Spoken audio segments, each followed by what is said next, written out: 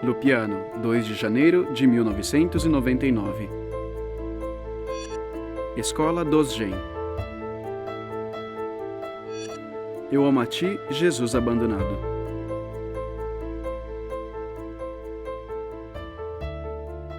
Ciao Chiara, sono Mark, della Francia. Olá, Chiara. Sou Mark, da França. Muitas vezes você nos falou de Jesus abandonado.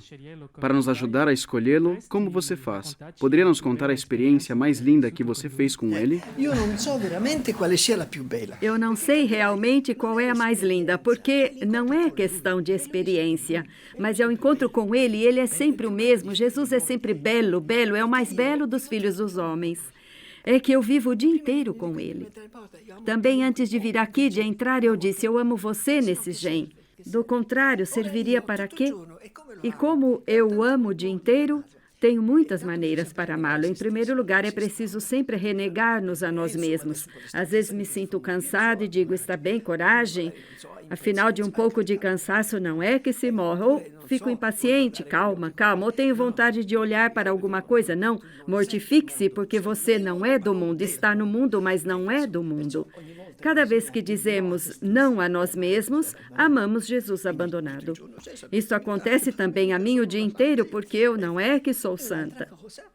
Depois, outra coisa, eu o amo nos pequenos ou grandes sofrimentos que surgem. Quer seja uma peritonite que tive quando pequena, que seja uma dor de dente, é sempre ele que chega e ele é sempre belo.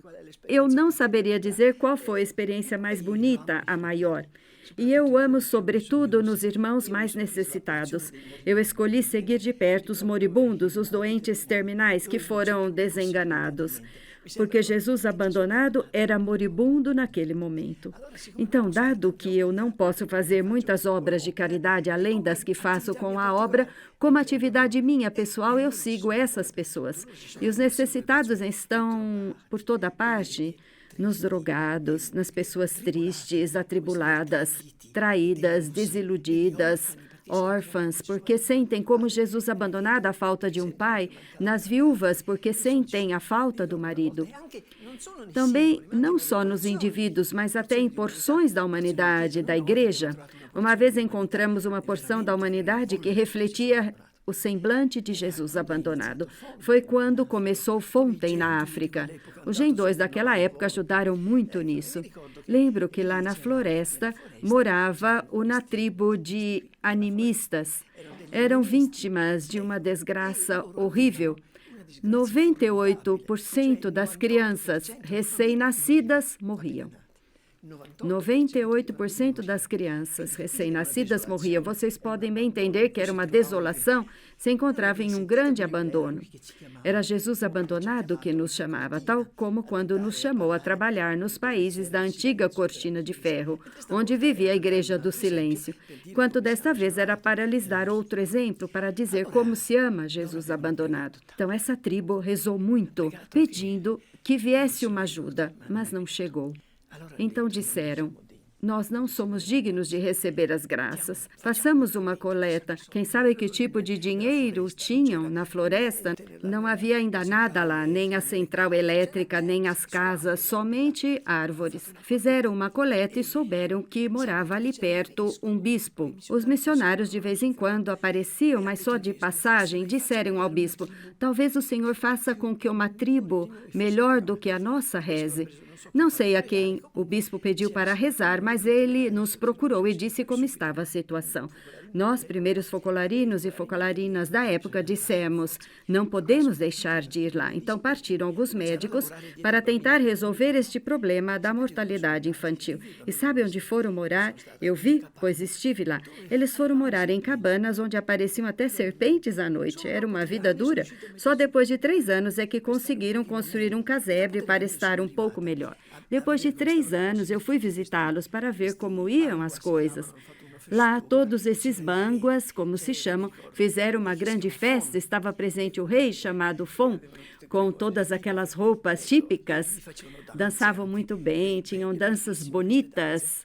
Festejaram a minha chegada porque tinham visto os nossos que chegaram antes para ajudar a todos. Já havia estradas, algumas casinhas, a central elétrica construída por um focolarino. Já tinha tudo isso. E então festejaram a minha chegada. Recordo que o rei me disse o seguinte: ouça, você é uma mulher, portanto não vale nada. Era esta a mentalidade. Como foi que fez tudo isso? Eu respondi, não é que fui eu que o fiz, foi Deus. E contei a história do nosso movimento. Ele naturalmente ficou conquistado. Morreu em estado de graça, foi batizado. E a vida continuou. Os focolarinos abriram um hospital que depois cresceu muito, ficou grande.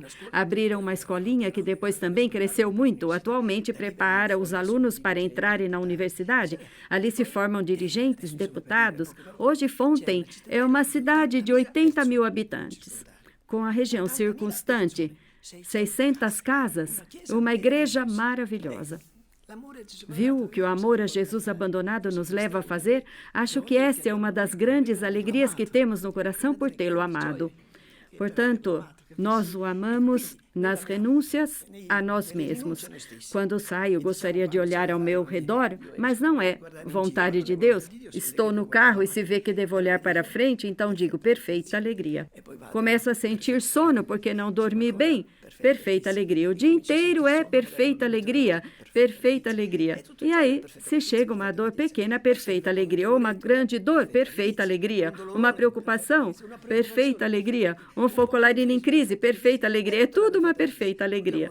Depois trabalho para a obra e na obra existem os diálogos. Eu devo tratar com os budistas, com os muçulmanos, com os judeus. Perfeita alegria. Não entendo nada. Perfeita alegria.